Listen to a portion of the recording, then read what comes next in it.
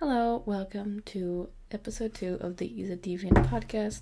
Today I'm going to be doing a book review, which I will not be showing because every time I show the book in the video, the camera turns super dark or super light, and I don't know why, and I keep trying to change the settings and it does not let me.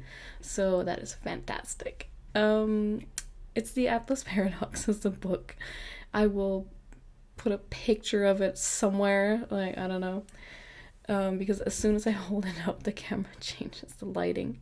And for any tech whizzes who can tell me how I can deactivate that function, that'd be great. I couldn't find it. Yeah. So basically, the book, it's a book trilogy. It's from Olivie Blake, and I read the Atlas 6 like a few months ago, not that long ago.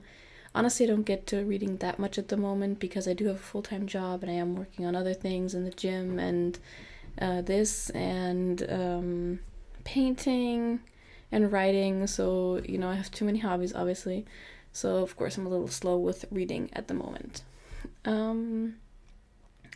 Yes, so basically, I read the first book and I was blown away how good it was because it had a really intelligent way of being written. Like the vocabulary was astounding. Like I have a very good vocabulary, I would say, at least in comparison to others that I know.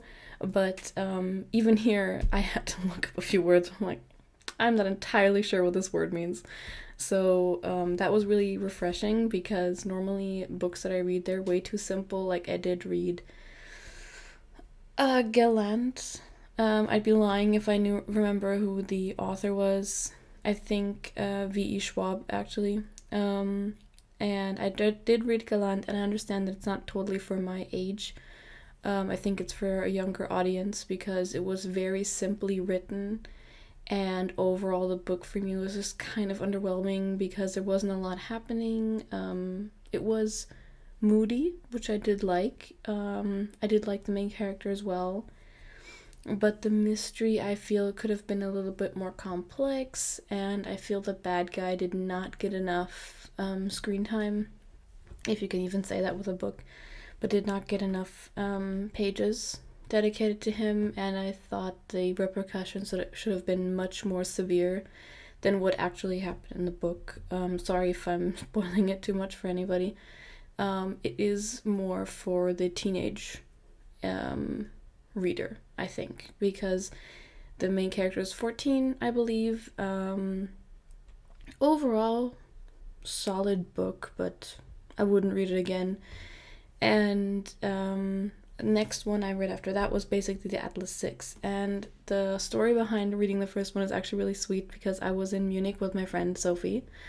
And we had a beautiful day I was in Nuremberg. We had a beautiful day at the Christmas market, and we enjoyed German Christmas to the full extent. Slightly drunk on Glühwein as well, which was very fun. And then on our way home, all the trains were canceled, and ours was canceled as well. And then I was panicking because I didn't know what to do.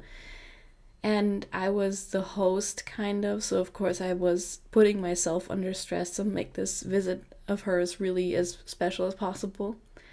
And then all the trains got canceled, and then it was cold, and it was already late, and we would have a really long trip home, which we did. And I was basically kind of exhausted from being out all day, and then this. And I asked, because we're on strike, and I asked the guy, I was like, when can we expect the next train? He's like, hey, I think the 1728 is the last one, and then you're out of luck. And I'm like, okay, great. So everyone's going to be waiting for this train. It's going to be super full, super packed. I'm already dreading the I think it's like 2 hours, 45 minutes trip.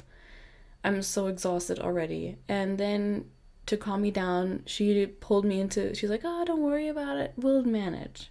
And she pulled me into the library, and she picked up the Atlas 6 and like, this looks like a book you would like, and bought it for me. And that was so sweet. I still actually have the sticker on the back of the price, basically, because I'm not taking it off because it's part of the story. So, yeah. So she bought me the first book. Thank you very much. Sophie because it was really good, and it was honestly hands down one of the best books I've read in quite a few years. So, because normally the books that are offered to read that I also read, they're not very good. Like I don't know, maybe I'm also a little privileged in this respect because when I was a kid I read book by book over book over book. Like I can't even remember all the books I read. And I read really interesting books like the Artemis Fowl series, and I also read the, I don't even know what it's called in English, that's three question marks. And Animorphs, of course, was a total thing at the back in the day. And I read so many books, and I started off with reading Harry Potter actually, and then after reading Harry Potter I realized there are these whole worlds that you can have access to just by reading, just by being able to read. And that was for me such a switch in my head that was turned in that moment, that I read so much. And basically, I'm getting off track, but basically reading was for me always like paramount. It was so important to me because it was basically most of what I did as a kid, besides play outside. And I really loved reading because I could connect to the world in a way that I couldn't in real life, I want to say. And I also liked reading because it really helped me develop my cognitive skills. Like I feel I became smarter by reading because you learn so much, in just 300 pages, so it was really cool. And I bettered my vocabulary immensely. I got better in English and in German, so basically it was really good to read a lot.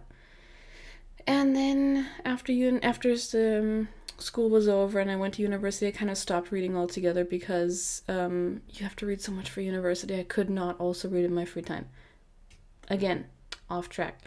But basically what I'm getting at, back in the day, I feel that books were written more intelligently. Like there were more difficult words in them. It just took more, I want to say. And nowadays, when I read some books, I'm like, what the fuck? How was this published? How did this get onto the shelves? Like, how did this work? How did this happen? And super a lot of shade to Maze Runner because sure, the movie was probably great, whatever, I didn't watch it, because I got the book as a gift and I read the first 20 pages and I could no longer. I just put it down. I'm like, this is horrendous. Who wrote this? The wording is so clumsy, and it is, the way it's written really bothered me. Like you couldn't really get into it. And I understand I only wrote, maybe I read 40 pages, I'm not entirely sure. Like, I didn't get past the 100 mark, though. And it was action-packed, but I feel it didn't translate properly on the page. I'm sure the movie was better, honestly, because all of these action scenes translate better visually, right? Yeah. So, that's a very long-winded story to get back to why I like the Atlas 6 so much. So basically, the Atlas 6 I thought was the first book in many years that I've read that is actually really intelligently written. And basically, it follows these. I'm not going to spoil too much for anyone who wants to read it, but basically, it follows these six people that are pulled into this magic society because they're unparalleled in their gifts, basically. Like they are really, really good at their magic. And what I personally love about these books is the connection between science and magic, because it's basically a scientific proven thing that it's also not hidden or anything. And they basically just explain magic in a scientific kind of way. Like it's basically energy. And it's really interesting because everyone has a different connection to magic. Like, there's some people who have no magic at all. And there are some people who can alter physicalities. There are some people who are telepaths, some people who are connected to nature. Like, there's so many different types of gifts that it's difficult to put them all on one page, basically. And that's really interesting to me because all of these people have, like, a place in the world to, like, further development for technology, and also like they even make like products and whatever, so they're completely integrated into regular world except that they have magic, right? And I love it so much because you basically follow these 6 individuals and they all have their own chapters. And even the wording changes depending on which individual you're reading, so it actually feels like you're reading a different person, which I really like a lot. Of course, there are some similarities in style because that's always going to happen with one writer, but you can definitely, alone the words they choose, depending on which character you're reading, you can tell which character you're reading. Because, for example, one of them is called Callum, and the other one is called Tristan, and they actually have both a very extravagant wording, because they went to very elite schools, and they they had the highest education money can buy, and basically, that's really interesting. And then you have like this one girl called Reina, and she has a very dry, systematic wording, because she's a functional person, right? She's like, it's all about, this is what I'm doing, this is my goal, this is what I'm doing. So it's very interesting how she words things. And then there's a more emotional one called Nico, and he has more, extravagant words that are more emotionally packed and less concentrated on action kind of deal. I will say, as one critique in the row, is that there's not a lot happening, like in the sense of action, right? Because I don't really mind at all, because I think it's really, really interesting. A lot of this is very philosophical, very methodical, very scientific.